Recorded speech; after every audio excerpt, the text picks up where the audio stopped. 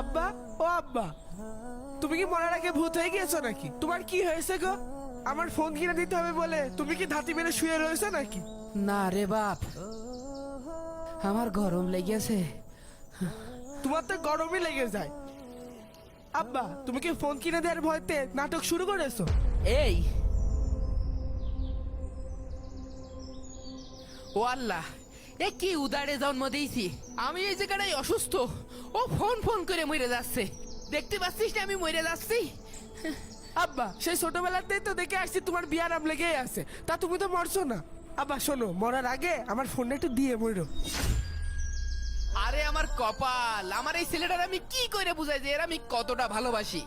তোর মা মরে গিয়ে তো বাইসেছে, তোর দিয়ে গেছে আমার ঘরের পারে। তোর ছোটবেলায় মাদ্রাসায় ভর্তি করলাম, তুই সেখানে পড়লি নে, কলি যে স্কুলে ভর্তি হবি। তোর আমি নিয়ে যাই স্কুলে ভর্তি করলাম, পড়লি নে, কলি যে কাজ করবি। প্রথমে যে ভাটাই কাজ করলি, তারপর যে রাজমিস্ত্রিতে কাজ করলি, এখন আবার কারেন্ট মিস্ত্রির কাজ করছিস। একদিন কাজ করিস তো 5 দিন কাজ করিস নে, তাহলে তোর আমি টাচ ফোন কি করে কিনে দেবো? আব্বা, তুমি তো আমার জন্ম দিয়েছো, তা তো আমি বুঝলাম, কিন্তু জন্ম বাধার কি দিয়েছো আমার একটু বুঝাও দিনি।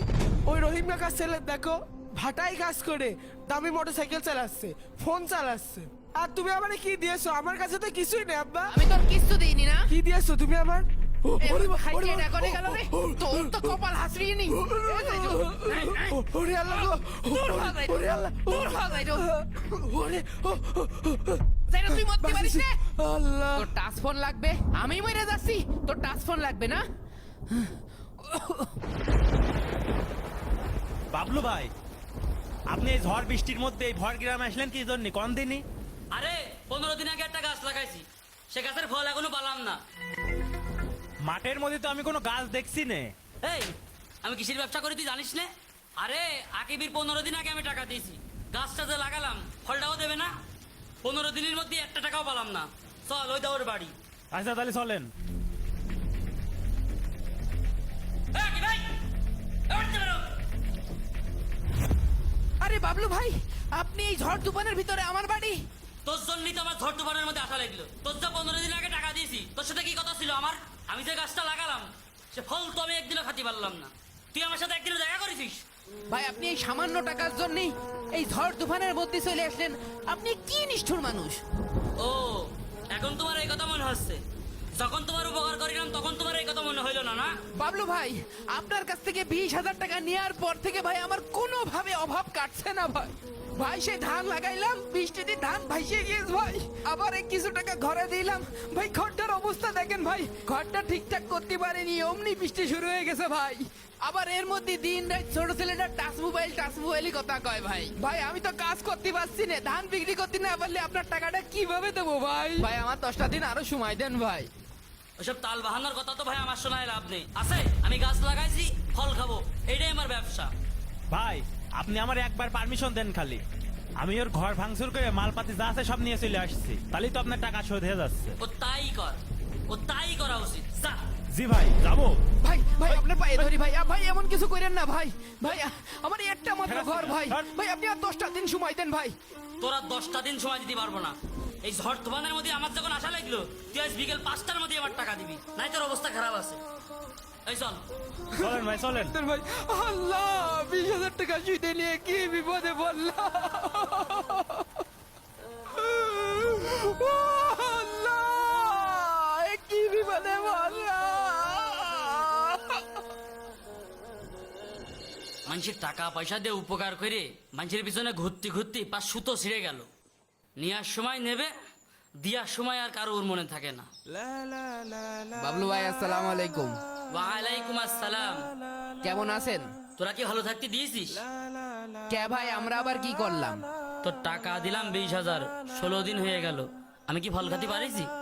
দুঃখের কথা কি আর কব ভাই, আপনার কাছ থেকে 20,000 টাকা সুদে নিয়ে জীবনে যদি কোনো ভুল করে থাকি, তাই এইটাই ছিল সবচেয়ে বড় ভুল।